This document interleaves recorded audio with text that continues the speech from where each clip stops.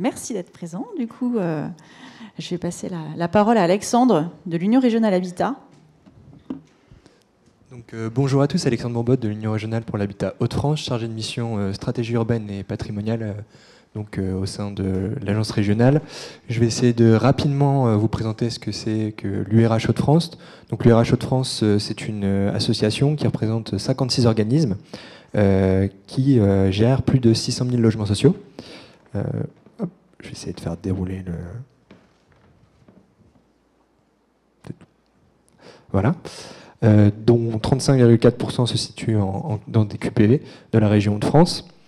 Pour faire simple, on couvre donc ces 56 organismes qui sont présents juste là. Nos missions sont diverses et variées, elles sont tout autant de la représentation, du lobbying territorial, que mener des missions sur des sujets spécifiques à la demande des bailleurs sociaux.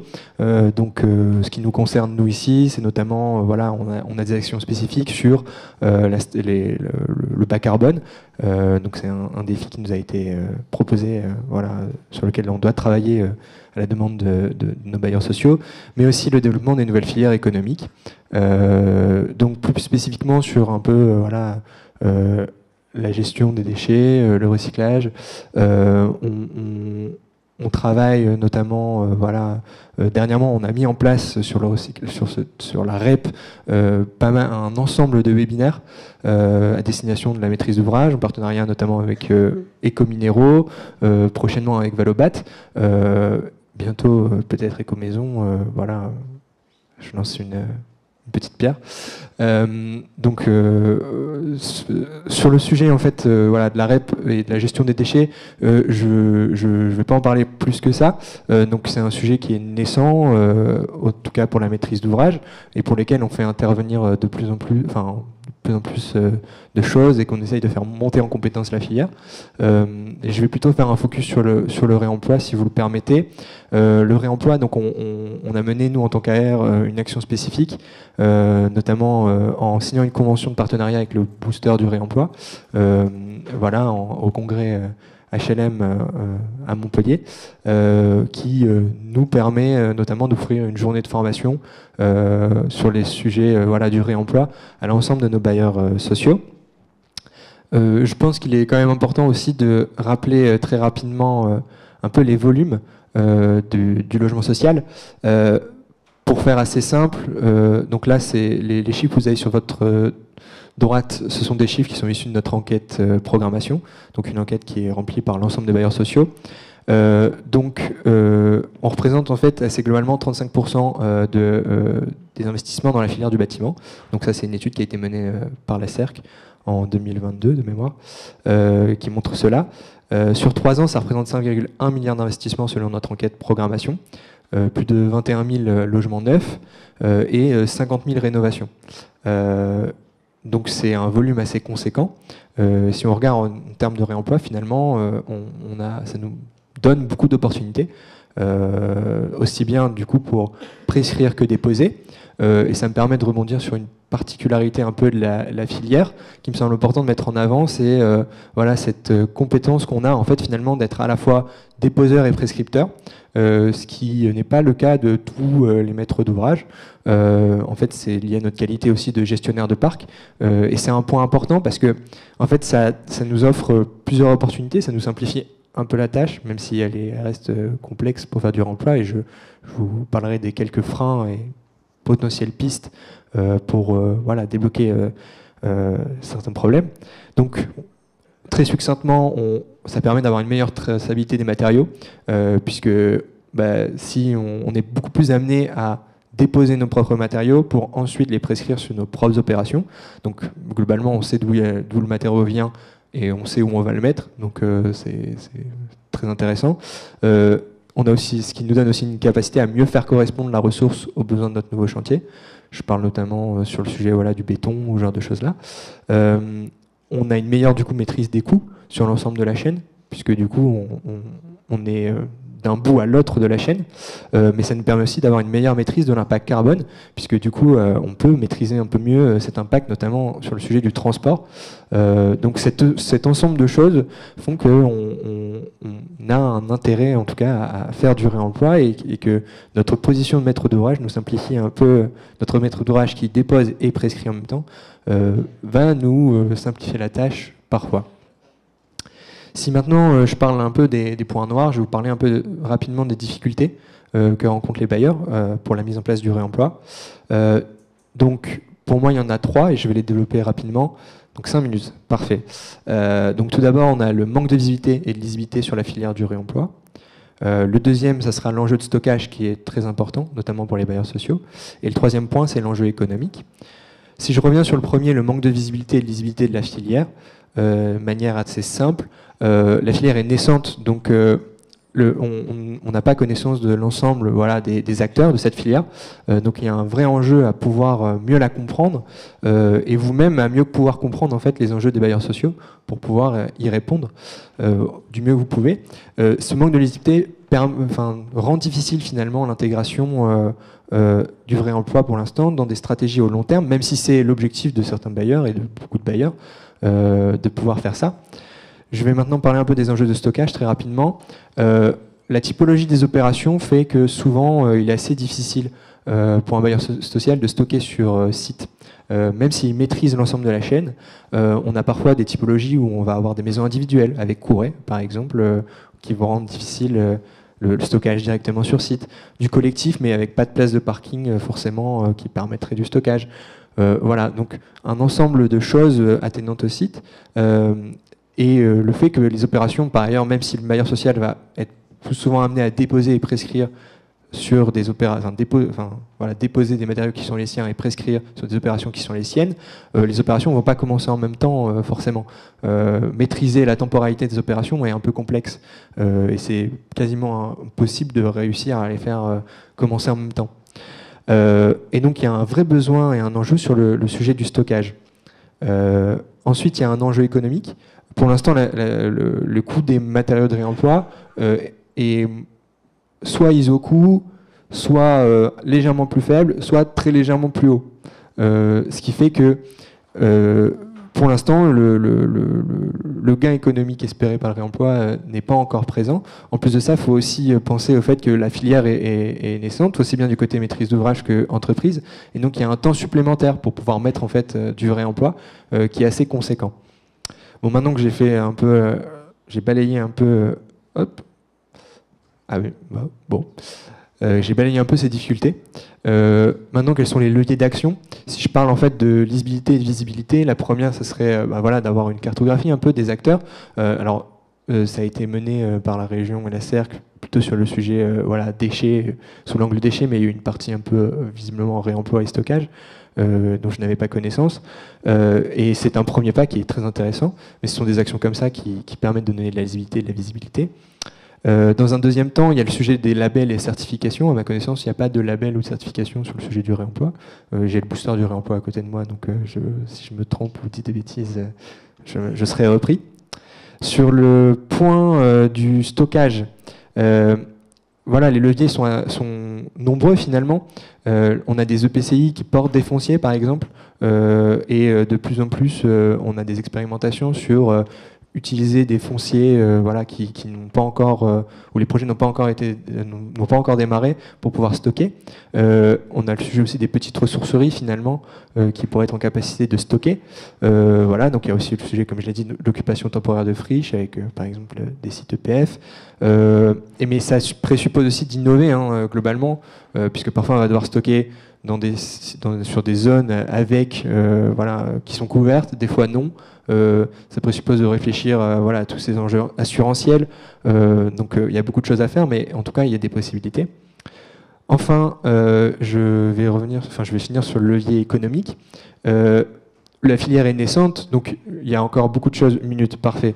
On a encore beaucoup de choses à faire en fait pour pouvoir réussir peut-être à diminuer les coûts, aussi bien les bailleurs sociaux, la maîtrise d'ouvrage, que les entreprises. Nous, en maîtrisant mieux notre stockage et en maîtrisant mieux aussi la temporalité de nos opérations, mais aussi le transport, on va pouvoir faire un peu baisser les coûts. De votre côté, en créant des process qui, avec le temps, vont de plus en plus devenir s'industrialiser et permettre de faire baisser de votre côté les coûts. Donc avec aussi des solutions de traitement sur site. Et enfin, et là, c'est ce qui me paraît être un levier intéressant, c'est aussi cette histoire de modulation de la TVA. L'idée, c'est globalement de réduire la TVA pour essayer d'avoir des matériaux, lorsqu'ils sont plus chers que ceux au prix du neuf ou alors ISO-coût, d'avoir des matériaux qui sont moins chers. Donc ça, c'est un levier qui me semble important, qui serait très incitatif pour toute la filière. Voilà, donc je conclus là-dessus. Oups. Donc vous retrouverez mes coordonnées juste ici si vous souhaitez en reparler. Merci beaucoup Alexandre, en sachant que l'URH a un stand que vous pourrez du coup plus facilement retrouver Alexandre pendant la pause déjeuner si vous avez plus d'informations à lui demander. On va dans la continuité, si vous le voulez bien, faire intervenir Laurie et Tom de chez Réampro, à la fois pour présenter leur structure, mais également pour pouvoir faire un retour d'expérience sur un projet qui a lieu à proximité de notre zone aujourd'hui, pour montrer un petit peu ce qui se fait et donc du coup les besoins qu'ont les maîtres d'ouvrage pour pouvoir mettre le réemploi sur leur chantier. Alors, bonjour à tous. Tout d'abord, je vais me présenter. Je m'appelle Laurie et je suis employée chez Réampro. Et je vais, dans un premier temps, vous présenter donc ce qu'est Réampro. Bon, Réampro. Donc, nous, chez Réampro, on propose aux entreprises de baisser leur empreinte carbone grâce au réemploi. Et on va être donc un facilitateur pour les entreprises de réemploi. Donc on va les accompagner de A à Z dans leur chantier et leur gestion des déchets. Réampro donc se divise en 4 offres très distinctes. Donc dans un premier temps, nous avons la déconstruction sélective. Donc on va conseiller les entreprises sur leur gestion de déchets ou leur réemploi sur leur chantier. On va également leur proposer des curages de bureaux, donc c'est-à-dire déposer soigneusement, intégralement les bureaux ou les bâtiments. Notre deuxième offre va être... Voilà. Notre deuxième offre va se baser sur le reconditionnement. Donc nous avons investi dans plusieurs machines qui nous permettent de reconditionner du plancher technique, des briques et des matériaux en céramique comme les sanitaires et les lavabos, les baignoires. Nous avons aussi une filière donc, de vente et de matériaux de seconde main. Donc nous allons collecter sur les chantiers, donc in situ ou ex situ, ça dépend, des matériaux de seconde main. Et les revendre ensuite. Et pour finir, ce qui va de soi, nous vendons également du mobilier de seconde main que nous récupérons souvent lors de nos curages de bureaux. Voilà. Et je vais passer le micro à mon collègue Tom. Alors, bonjour à tous. Du coup, je m'appelle Tom Bourgois, je suis responsable de chantier chez Réampro. Et je vais vous parler d'un projet pas très loin de chez vous, à Villers-Bretonneux. C'est un chantier qu'on a réalisé avec AMSOM Habitat, donc bailleur social de la région. Et pour la main-d'œuvre, on est passé par Apremis, donc une société d'insertion. Le chantier a duré 1 mois et demi, donc l'objectif c'était de nettoyer 44 000 briques initialement. Mais chaque chantier a ses imprévus. On a réalisé 28 000 briques au final. L'objectif de ce nettoyage de briques, c'était la réhabilitation d'un tête de mur, donc avec de la brique de réemploi. Donc chaque brique de réemploi, c'est des anciennes briques qui est différente. Donc on va utiliser plusieurs méthodes de de nettoyage. La première avec la machine Cavic, donc à disque, qui va venir à fleur de brique. Ensuite, on va utiliser la manière à vibration. Donc c'est vraiment à la main avec une machine à vibration. Et ensuite, il reste une petite partie à la main à piqueter. Donc les différentes étapes du reconditionnement de briques, on va tout d'abord passer par le prélèvement et faire des tests sur la brique qu'on va travailler. Comme j'ai dit, en fait, on est arrivé à 28 000 briques donc réalisées sur ce chantier-là, car on s'est rendu compte qu'elle manquait elle avait perdu avec le temps cette capacité de résistance. Donc à la manipulation, on a perdu un peu donc de la matière. Ensuite, il y a une dépose soignée qui est faite par le démolisseur. Donc il faut comprendre que du réemploi de briques, il y a toute une logistique à faire. Il y a tout. En fait, il faut travailler main dans la main avec les démolisseurs et bien comprendre comment il faut travailler pour utiliser la matière derrière. Donc une dépose soignée. Ensuite, il y a un nettoyage de briques donc sur ce projet-là à la main et à la machine vibrante. Et ensuite, très important pour la durabilité, parce qu'en fait, souvent ces projets-là vont se passer au début des chantiers. Il faut une bonne palettisation et un bon stockage adapté pour que ça dure tout le long du chantier, que ça soit utilisé par d'autres corps d'État qui vont utiliser ces briques de réemploi. Donc merci de nous avoir écoutés. On est juste en haut pour les questions.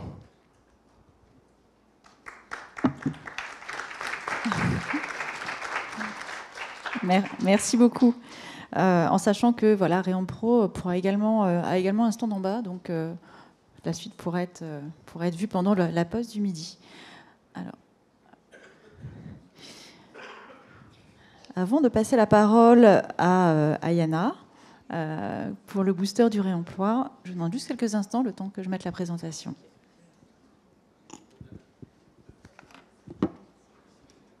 Je peux peut-être déjà commencer.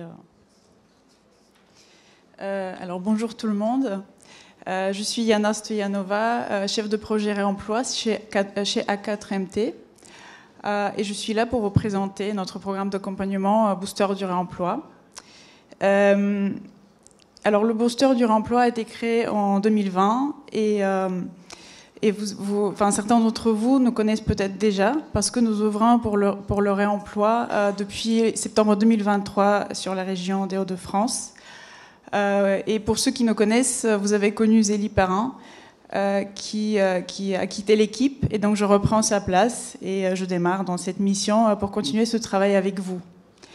Alors pour expliquer ce que c'est le Booster du réemploi, c'est un programme d'accompagnement d'intérêt général qui a été lancé par un collectif de maîtres d'ouvrage suite au constat d'une abondance de matériaux et produits déposés sur leur chantier qui ont toujours un potentiel de réemploi, mais qui sont quand même pris en charge par les circuits de traitement des déchets, parce qu'il est très compliqué, voire impossible, qu'ils soient réintégrés dans leurs opérations. Et donc, suite à ce constat, en 2020, l'entreprise, la société A4MT, a lancé le programme d'accompagnement Booster du réemploi. Alors, je ne vais pas trop m'attarder sur le contexte réglementaire qui a été évoqué plusieurs fois, mais ce qu'on peut dire, c'est qu'on est face à des transformations importantes dans le cadre réglementaire qui a introduit aujourd'hui le terme du réemploi de façon officielle et légitime dans les activités de la construction, d'une façon assez transversale, puisqu'on a des réglementations et des lois qui concernent à la fois les activités de construction et de mise en œuvre, mais également les activités de déconstruction et de curage, et avec des seuils et des objectifs pour réemploi qui vont augmenter. Et donc les maîtres d'ouvrage sont aujourd'hui face à des enjeux importants qui engagent tous les acteurs de la chaîne des valeurs. Et le programme Booster du réemploi a pour objectif de répondre à ces préoccupations des maîtres d'ouvrage et de travailler dans un premier temps sur la prescription. Alors, donc, le booster a été lancé en 2020 dans un premier objectif de structurer la prescription et la demande de la part des maîtres d'ouvrage de produits de réemploi, dans l'hypothèse qu'en structurant cette prescription et en rendant visible la demande en matériaux et produits de réemploi, cela permettrait de structurer également l'offre, c'est-à-dire les filières de réemploi, pour qu'ils puissent s'emparer des gisements disponibles.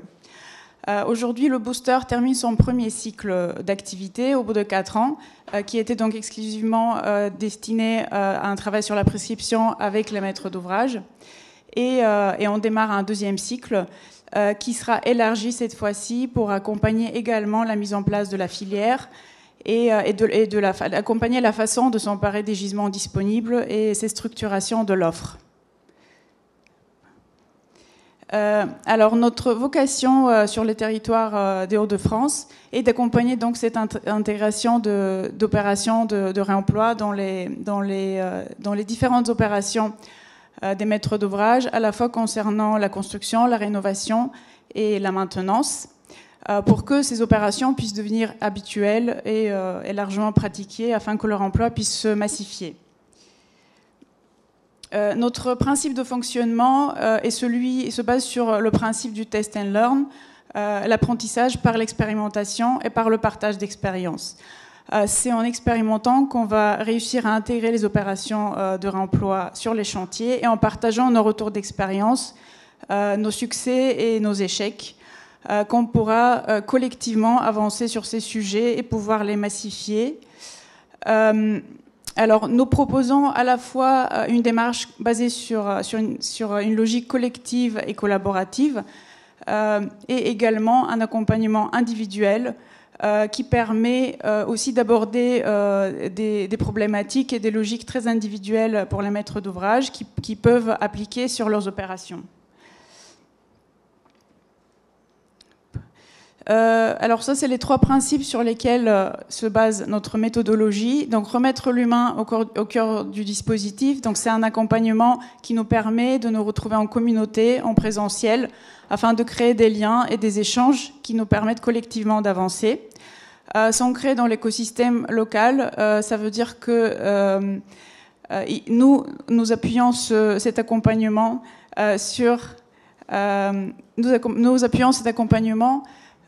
sur les experts locaux, sur les acteurs qui sont déjà établis sur le territoire, et renforcer les synergies de flux entre les maîtres d'ouvrage locaux.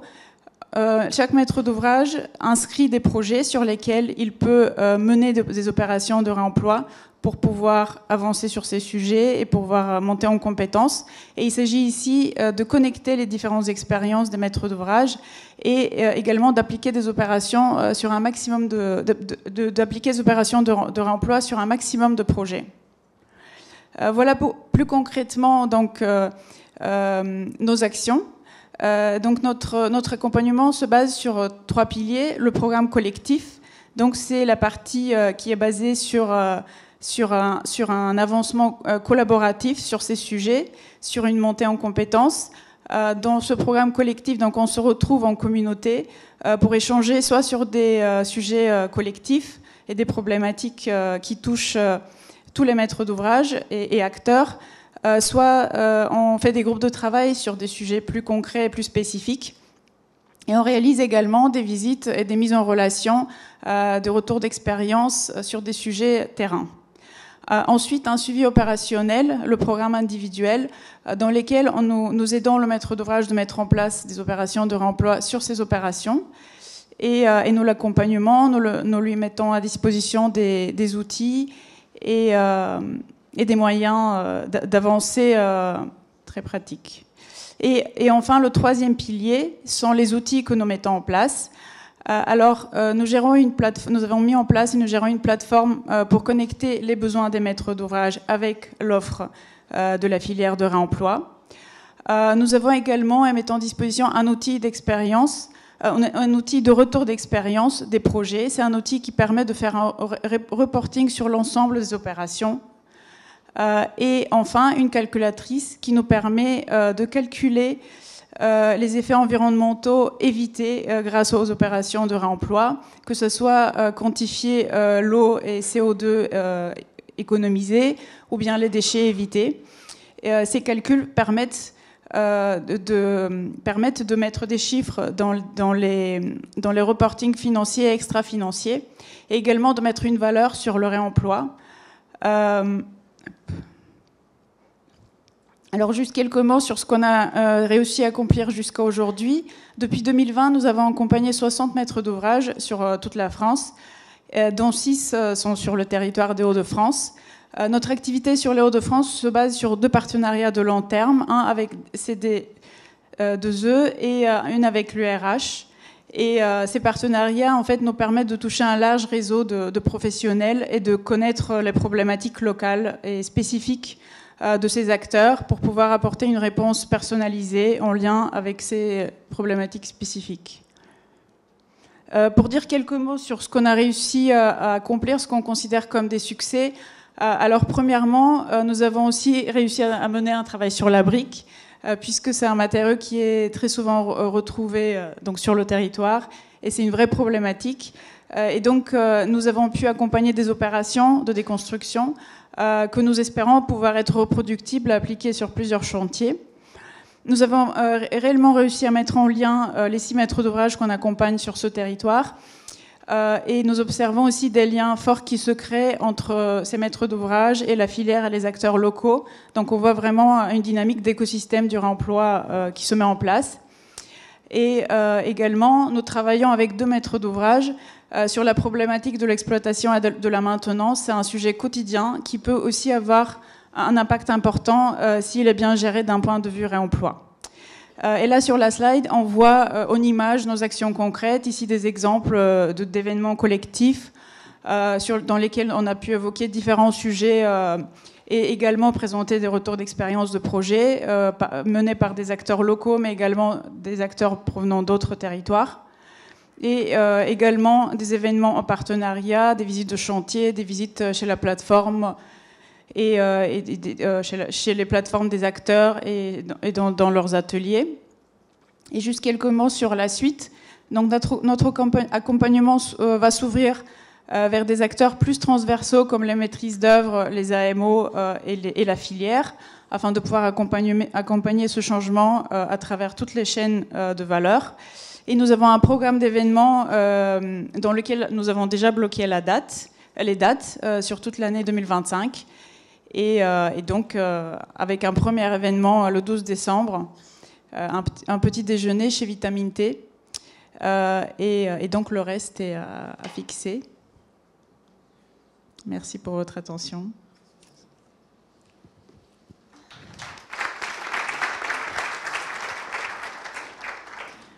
Merci beaucoup, Yana.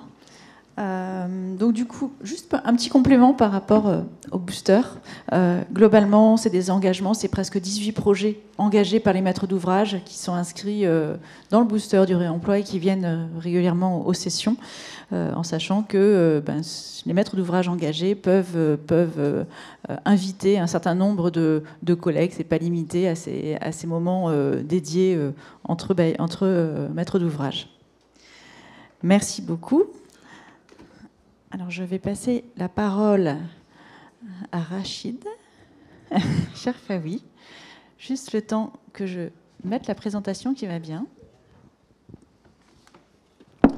Bonjour à tous. Ouais, si tu peux envoyer la petite vidéo. Super. On a voulu mettre cette petite vidéo en préambule de ce que je vais vous dire sur Matériaux Sol, parce qu'on postule que pour trouver des nouvelles solutions dans le cadre de la transition écologique ou de l'économie circulaire, il faut peut-être réinventer des écosystèmes sur des territoires. Et donc, c'est ce qu'on a essayé de vous montrer là. Et je vois que là, il y a 2 autres PTCE, pôles territoriaux coopération économique, qui sont ici, Hénin-Carvin et Amiens. Et voilà, je vous invite ensuite peut-être à vous rapprocher d'eux pour trouver les nouvelles solutions. Je passe la vidéo ? Ouais, s'il te plaît, ouais. Elle doit être après, ouais.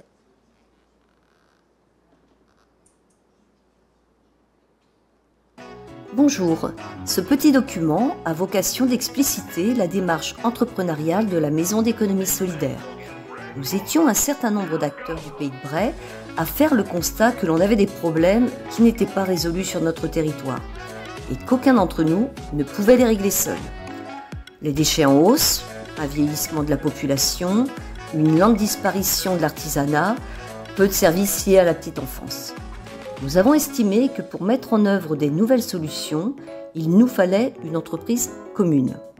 Nous avons donc décidé de créer une société coopérative d'intérêt collectif dans laquelle il y a 75 coopérateurs issus de l'entreprise, d'associations, de collectivités locales et des citoyens. Nous avons mis du capital en commun et on a commencé à travailler des solutions. On a construit ces solutions suivant un processus de recherche et développement élaboré avec l'Institut Godin, qui va de la problématique jusqu'à la construction d'un prototype.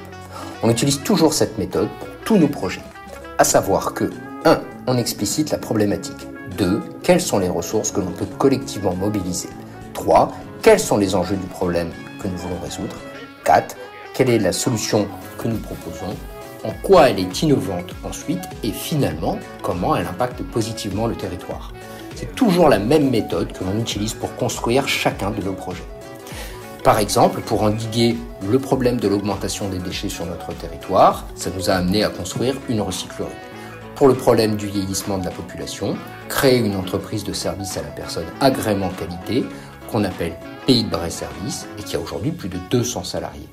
Pour la revitalisation de l'artisanat, nous avons créé les Sens du Bray, qui est un bureau d'études bâtiments, capable d'assurer la maîtrise d'œuvre pour les travaux que l'on confie à une trentaine d'artisans locaux, et de créer une pépinière artisanale. Sur les métiers de la petite enfance, de construire des crèches et de les gérer, pour ne reprendre que ces exemples-là. Pour illustrer concrètement notre mode de fonctionnement et comment est-ce qu'on fait converger les ressources dans le cadre de la R&D, eh bien, on va prendre l'exemple de la construction de la recyclerie. Alors, les besoins financiers liés à la construction, à l'aménagement, au démarrage et au fonds de roulement s'élevaient à peu près 1 million d'euros.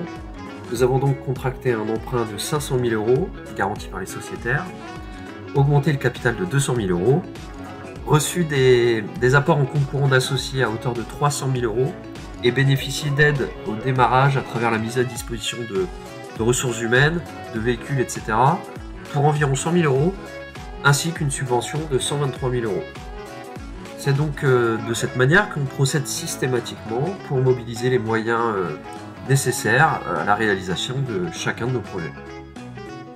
Cette démarche de développement économique, qui consiste à imaginer un projet, à faire converger les parties prenantes concernées, à trouver un consensus entre nous, à élaborer une nouvelle solution dans le cadre de la méthode R&D, pour ensuite la mettre en œuvre, c'est une démarche de pôle territorial de coopération économique. Cette démarche-là, nous la partageons avec une centaine d'autres dynamiques en France. Il s'agit de dynamiser l'économie locale par la coopération et de soutenir dans le long terme des initiatives économiques structurantes. Pour ce faire, il nous a fallu mettre en place 2 fonctions support, l'animation et l'ingénierie territoriale.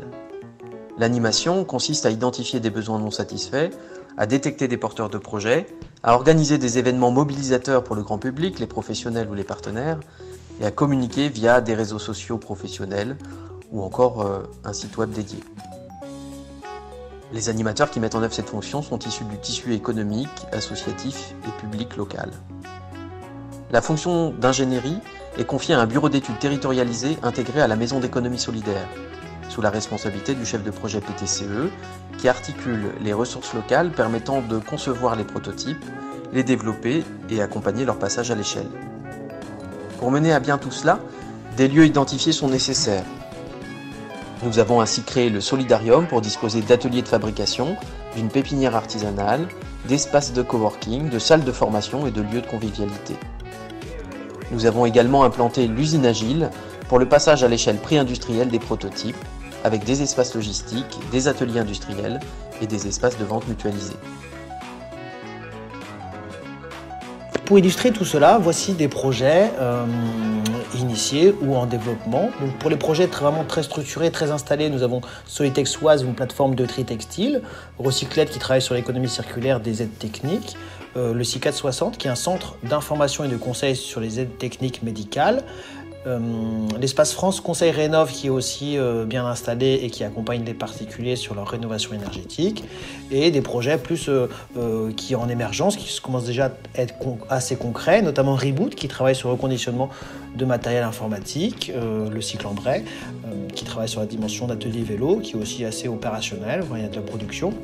Et les projets qui sortent un petit peu plus, là, qui vont vraiment pas tarder à être concrets, Matériaux au sol, qui travaille sur la collecte et la valorisation des matériaux de réemploi, on a la question du bâtiment, et Recycle Matériaux dans le même veine, qui travaille sur la dépose préservante et recyclage des matériaux de construction. Nous avons aussi une société qui a été créée il n'y a pas longtemps, qui travaille sur la production d'énergie locale, donc là c'est vraiment une des modalités d'investissement pour développer du projet. Et puis effectivement d'autres projets en cours avec des partenaires comme la coopérative jeunesse de service, le pôle écotourisme des étangs de Bailleul ou encore la légumerie expérimentale avec l'association Itinéraire. Merci de votre attention et bienvenue à la Maison d'économie solidaire. Voilà, je vous remercie. Donc voilà, c'est dans ce contexte-là qu'on a développé Matériaux Sol. Alors je ne sais pas si ça... Voilà, Matériaux Sol, dont l'objet était... Alors effectivement, dans cette démarche-là, on était une quarantaine à se réunir à la chambre de métier il y a 3 ans à peu près, de se dire, bon voilà, on a un problème avec les déchets issus du bâtiment, qu'est-ce qu'on peut faire? Alors je vous passe les détails, mais finalement on a dit qu'on allait faire 4 choses, et 4 choses en même temps. 1, on va tenter de faire de la dépose préservante. 2, on va faire une matériothèque. 3, on va voir comment on peut valoriser de manière très précise les huisseries en particulier, et c'est par là qu'on a commencé. Et 4, qu'on allait mettre en place une déchetterie professionnelle. Donc il fallait faire les 4 parce qu'on pensait que si on ne faisait pas les 4, en réalité dans tout le benchmark qu'on a fait, dans tout l'état de l'art qu'on a fait, à chaque fois chacun, la matériothèque avait des difficultés, la déchetterie professionnelle avait des difficultés. Donc il fallait à l'échelle de notre territoire de Oise-Ouest, Grand Beauvaisis et Oise-Ouest, envisager ça. Donc on a commencé à mettre en œuvre des déposes préservantes avec l'ONES, avec l'ASHLM de l'Oise, et avec aussi des organismes d'insertion. On a fait du réemploi de volets sur 200 ou 300 volets, et on voit un peu quelles sont les conditions qu'il faudra mettre en place pour que cette structure perdure. On a d'autres projets qu'on va développer en 2025 sur les déposes préservantes.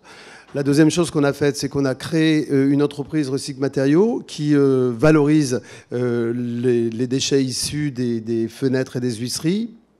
Ça, on l'a fait avec un certain nombre d'acteurs aussi du territoire, et c'est une entreprise qu'on a voulu, entreprise d'insertion aussi, qui se développe en consortium avec d'autres entreprises en France dans le cadre de Récif. Et on va voir comment demain on peut aller vers d'autres valorisations de matériaux dans cette entreprise-là. La troisième chose qu'on a faite, c'est qu'en proximité de nos recycleries, on est en train de créer une matériothèque. Alors, est-ce qu'elle sera très dense à un endroit ou est-ce qu'elle sera diffuse sur 4 recycleries? On verra. C'est toutes les questions qui sont aujourd'hui posées, qui sont liées au foncier, qui sont liées à la logistique. Mais en tout cas, c'est en marche et ça existe déjà en partie. Et le grand sujet de 2025, c'est effectivement une déchetterie professionnelle dans le consortium d'acteurs. Alors là, vous retrouvez un petit peu la méthode qu'on vous disait, ressources, enjeux, etc. Donc ce projet a été traité de la même manière que les autres. On a la même chose sur le textile, on a la même chose sur les aides techniques médicales. Mais voilà, là, on a à peu près 140 entreprises, partenaires de toute nature autour de Matériaux Sol. Et on est en train de développer, la communauté d'Aglo du Beauvaisis nous a mis à disposition pendant 3 ans une déchetterie qui était abandonnée, donc avec une douzaine de quais. Et on va en faire une déchetterie professionnelle laboratoire. Parce qu'il nous a semblé que l'ensemble des données aujourd'hui n'étaient pas suffisamment stables et solides à notre goût pour pouvoir véritablement produire le service. Donc avec un certain nombre d'acteurs, on a une trentaine, Valobat vient de nous rejoindre récemment, Fédérec, mais un grand nombre d'acteurs du territoire, et ben on met en œuvre d'une manière laboratoire avec des instituts de recherche, la Salle Rennes, l'UTC, l'Institut Godin. On met en œuvre cette expérimentation-là qui a vocation de nous donner les éléments susceptibles, ensuite qu'on partagera sur le plan national à travers Valobat et Fédérec, susceptibles de véritablement demain construire une déchetterie professionnelle qui fonctionne. Vous voyez tout l'impact qu'il y a aussi et le travail qu'il y a à faire avec les artisans eux-mêmes sur leur transformation dès l'amont. On a une trentaine d'artisans avec nous.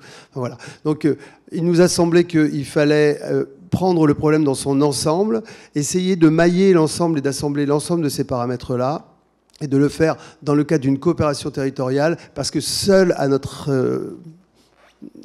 d'après notre point de vue, d'après ce qu'on a vu, seule une nouvelle organisation territoriale trouve véritablement des solutions durables et équilibrées pour ces nouveaux enjeux d'économie circulaire.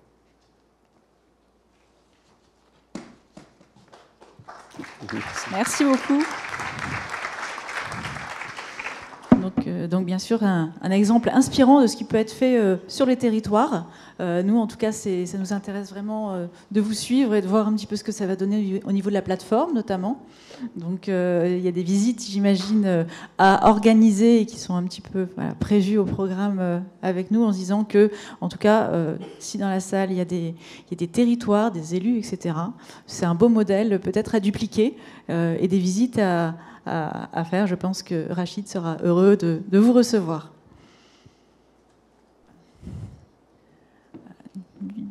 Pour terminer les interventions de la matinée, du coup, je vais passer la parole à Ludivine de Team 2. Je vais juste te mettre à la présentation quelques instants.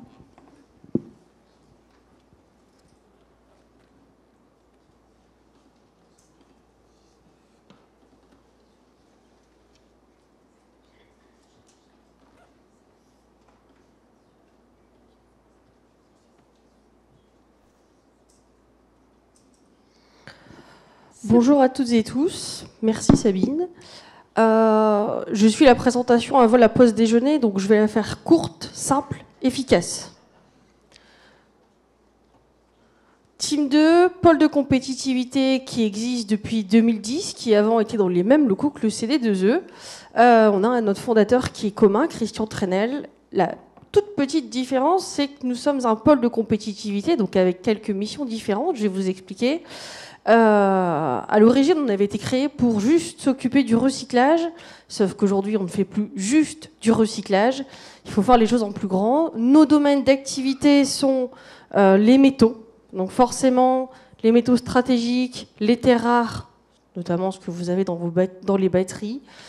Le deuxième, tout ce qui touche aux organiques, donc les plastiques, les textiles, les composites, pas l'éolienne pour ne pas les citer. Je vais vous faire un focus sur les matières minérales dont je m'occupe, et notamment celles qui sont dans le secteur du bâtiment. Pour aider les trois premiers sur des secteurs de matériaux bien particuliers, on s'appuie sur le club des équipementiers français du recyclage, qui sont des fabricants de machines, des fabricants de technologies, pour aider les trois premiers à trouver des solutions, notamment les fabricants des centres de tri. Aujourd'hui, économie circulaire, ça commence par économie. S'il n'y a pas du business, on n'ira jamais. Donc, il faut aussi travailler sur les nouveaux modèles économiques, notamment celui du réemploi, comment on trouve un équilibre, et surtout, valeur particulièrement chère à Team 2, la cohésion sociale. Le trésorier fondateur de Team 2 n'est autre que l'ancien directeur général de Vitamine T, et celui qui l'a remplacé est toujours chez Vitamine T. Moi-même, j'en viens. Donc c'est un pilier cher à Team 2 de se dire comment fait-on pour générer des nouveaux emplois liés à l'économie circulaire sans oublier l'économie sociale et solidaire. Pour faire tout ça, on va aussi chercher donc, ce qui s'appelle maintenant les boucles innovantes d'économie circulaire. Donc on fait du recyclage, on pense son métier et on pense à tout ce qui va autour. Tout à l'heure on parlait de stockage, de foncier. Est-ce qu'il faut faire du foncier tournant? Je ne sais pas. Et aussi les impacts environnementaux à chiffrer. Aujourd'hui, on a entendu parler de traçabilité et de data. Aujourd'hui, c'est le nerf de la guerre. Un pôle de compétitivité a des missions relativement similaires. Je vais vous donner un détail. Donc, booster un projet d'innovation. Quand on a une entreprise qui vient nous voir et qui veut innover, souvent, on est plein d'énergie au départ. Donc, on aide à monter un financement. Et après, ça ne se passe jamais comme prévu, sinon, c'est pas marrant. Et là, nous, on est là pour justement donner un coup de boost, donner un coup d'énergie en disant « Ne baissez pas les bras, vous allez y arriver. Les autres sont passés par là, ils ont avancé. D'un point de vue scientifique, un non-résultat, ça résultat quand même, mais il faut y croire. Et puis, même si ça ne marche pas, ben, vous aurez le mérite d'avoir essayé et au moins, vous aurez fait des super rencontres. » Donc, notre boulot, c'est d'accompagner les entreprises et aussi, évidemment, d'aller chercher les financements publics pour aider à l'innovation, justement, pour diminuer le risque associé. Pour ça, pour forcément, dès l'instant où on touche à l'innovation, donc de la recherche fondamentale jusqu'au démonstrateur, il faut faire de la veille. Donc, je suis aussi responsable veille chez Team 2. Donc on fait de la veille scientifique, stratégique et aussi réglementaire. Aujourd'hui, c'est comment on transforme une contrainte réglementaire en opportunité d'innovation. La directive CSRD, ça embête beaucoup de monde. Il y a des entreprises qui se sont mises en route pour proposer des solutions facilitantes aux entreprises. Renforcer et accroître votre réseau et vos compétences. On est convaincu chez Team 2 qu'on n'y arrivera pas seul. La question, c'est comment on vous met en relation avec des copains de jeu pour aller plus vite, plus loin, et surtout pour que tout le monde y gagne de l'argent. Puisque forcément, ça reste le nerf de la guerre dans l'économie.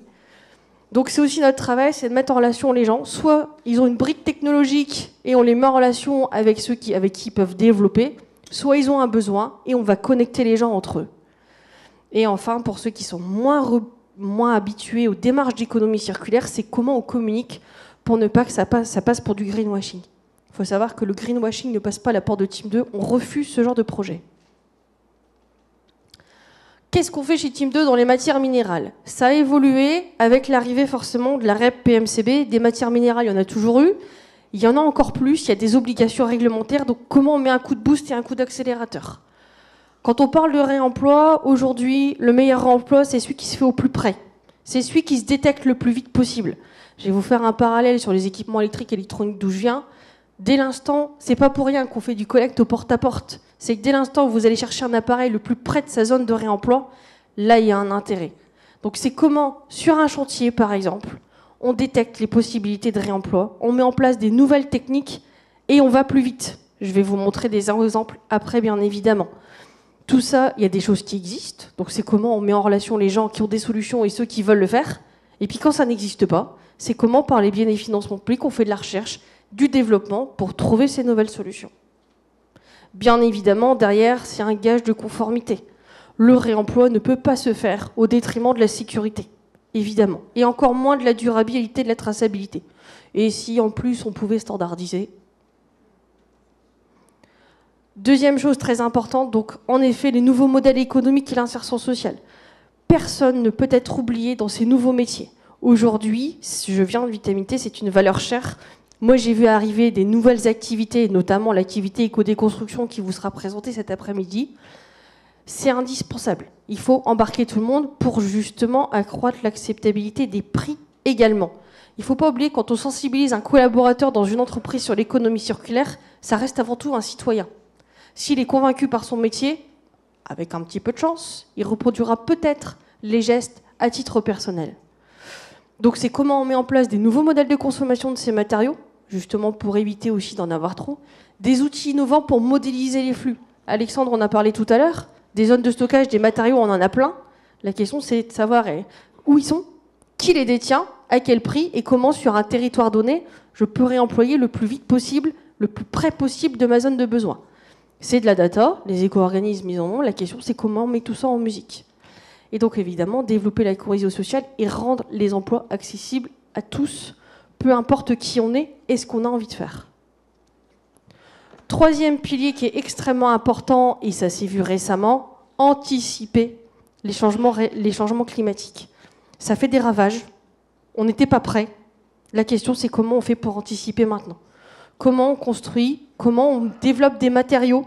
Donc, évidemment, nous c'est plutôt se poser la question des matériaux résilients, en amont, en phase de construction, pour que ça tienne, ou peut-être des nouvelles solutions par rapport à ces changements climatiques brutaux, extrêmes et parfois complètement imprévisibles. Donc on détecte des innovations dans nos partenariats académiques, chez des entreprises, des petits bouts de technologie, et on connecte les gens, et on monte des projets, et on trouve des solutions, et après on va proposer chez des personnes qui veulent expérimenter des nouvelles solutions. 3 exemples pour illustrer tout ce que je viens de vous dire.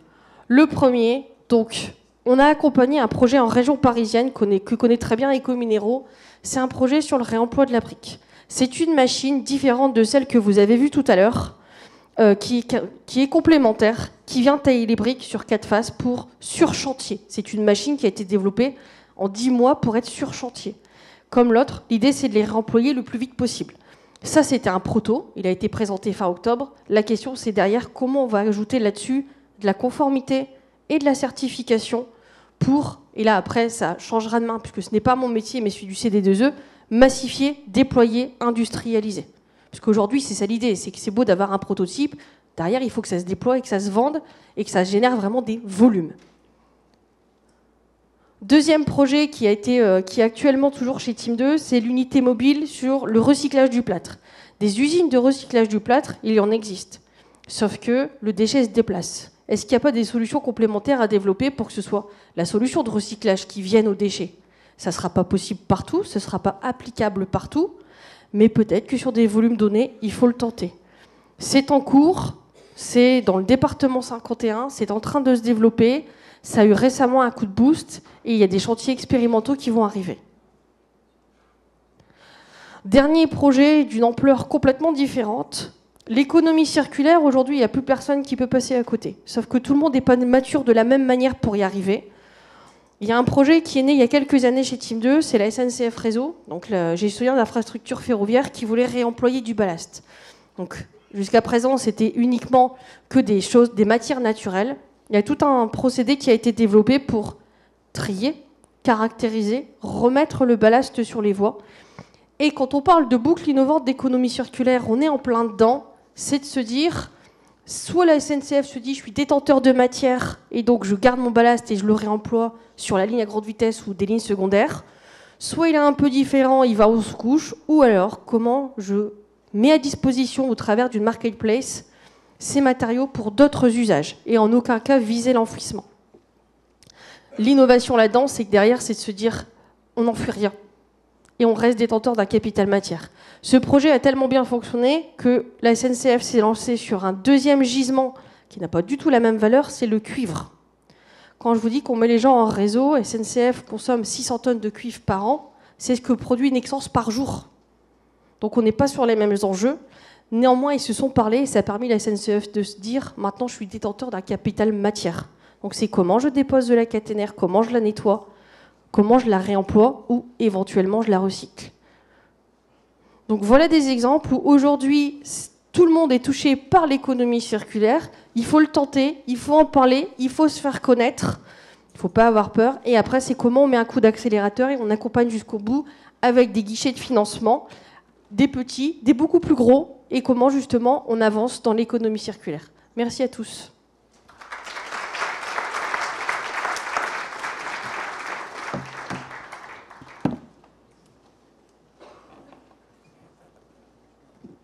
Merci beaucoup en tout cas pour toutes vos interventions. Alors on a pu voir quand même qu'avec Ludivine, Team 2, on a une bonne complémentarité puisque vous êtes généraliste plutôt au niveau de l'économie circulaire, mais vous n'accompagnez pas que la partie bâtiment.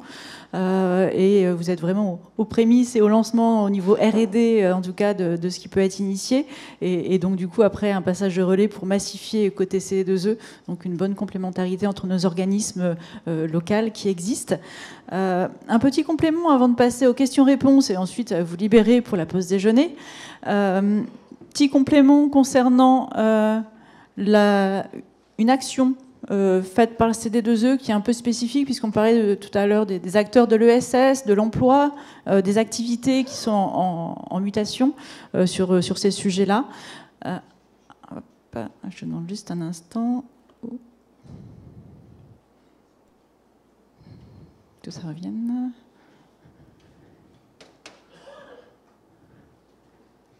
Donc une enquête qui est en ligne depuis quelques mois, qui a été lancée par le CD2E, dont l'objectif est de réaliser une cartographie des acteurs de la région des Hauts-de-France qui mènent ou pourraient participer à des projets liés au réemploi et au recyclage dans le secteur du bâtiment. Celle-ci, à terme, sera sera en libre accès.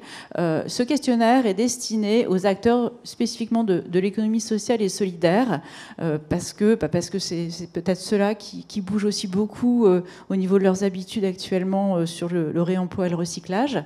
Et le second objectif est d'identifier les défis auxquels ces acteurs sont confrontés lorsqu'ils mènent ou envisagent de mener des projets de réemploi et de recyclage. Donc c'est à la fois pour avoir une bonne cartographie de ces acteurs-là, voir un petit peu si géographiquement il y a du sens au niveau des activités qu'ils ont actuellement ou qu'ils souhaitent développer, et voir s'il y a peut-être des zones un peu creuses sur lesquelles il y a besoin en tout cas d'acteurs qui développent ces activités-là, et de pouvoir les aider au mieux suite à cette enquête-là. Donc du coup, je vous ai mis un QR code, n'hésitez pas à diffuser largement en tout cas l'existence de cette enquête pour que ça puisse être alimenté un maximum par les acteurs locaux.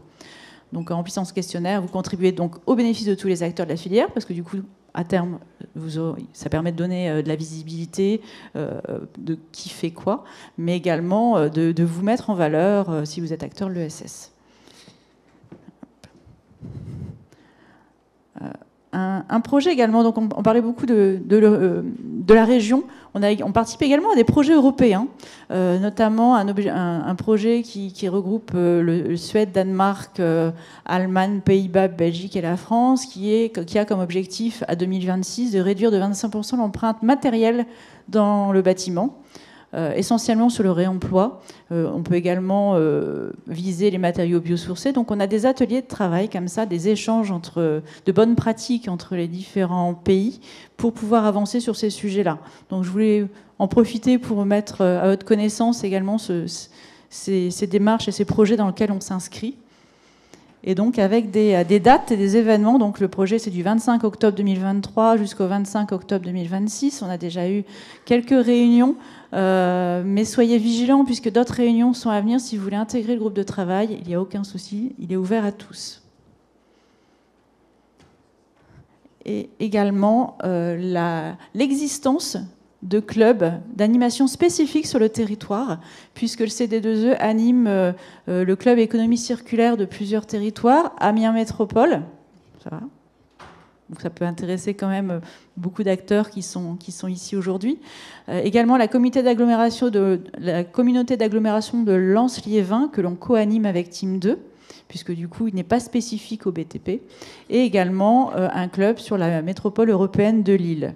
Et justement, à cet effet, petite information, on a un dernier groupe de travail sur le club de la Melle. Donc vous êtes tout à fait conviés si ça vous intéresse et vous pouvez vous y inscrire via l'agenda du CD2E le 12 décembre prochain. Alors on l'organise plutôt en fin de journée, 17h à 19h. Et le sujet, ça sera le réemploi et le volet assurantiel.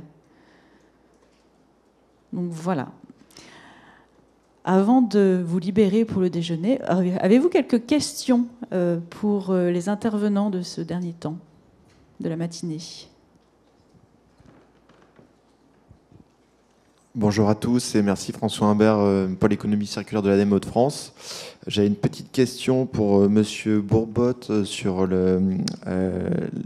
vos projets de réemploi. Je voulais savoir si au niveau de l'incorporation de matières premières recyclées, est-ce que vous avez aussi des démarches en cours sur de l'anticipation d'incorporation de matériaux, que ce soit sur du second œuvre ou sur du gros œuvre, sur de futurs chantiers. Est-ce que c'est aussi des pistes que vous explorez ? Alors, je ne pourrais pas répondre pour l'ensemble des bailleurs sociaux, mais je présuppose qu'il y en a forcément l'un d'entre eux, voire même plusieurs qui travaillent dessus. Je peux prendre votre carte si vous le souhaitez et sonder un peu les bailleurs pour pouvoir nous apporter une réponse plus adéquate. Très bien. Est-ce qu'il y a d'autres questions ? Oui.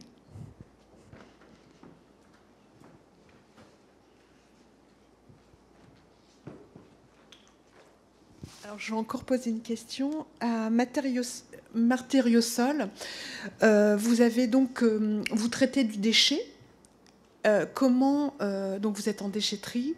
Comment les services préfectoraux vous considèrent ? Est-ce que vous êtes soumis à autorisation, logiquement ?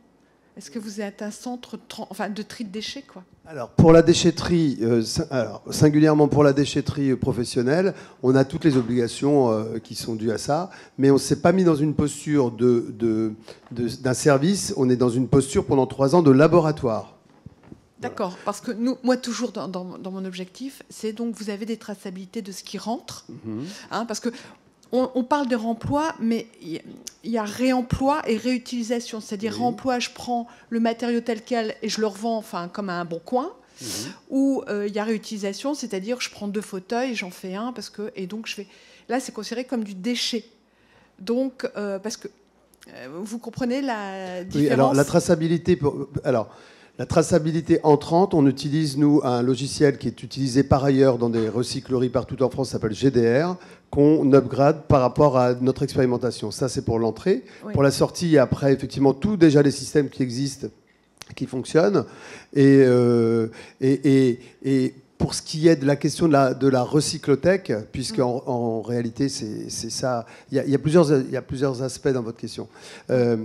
Il y a effectivement des choses qu'on peut tout de suite récupérer, remettre en vente directement auprès du public ou auprès éventuellement d'artisans. Et là, ce serait plutôt dans une recyclothèque que ça se passe.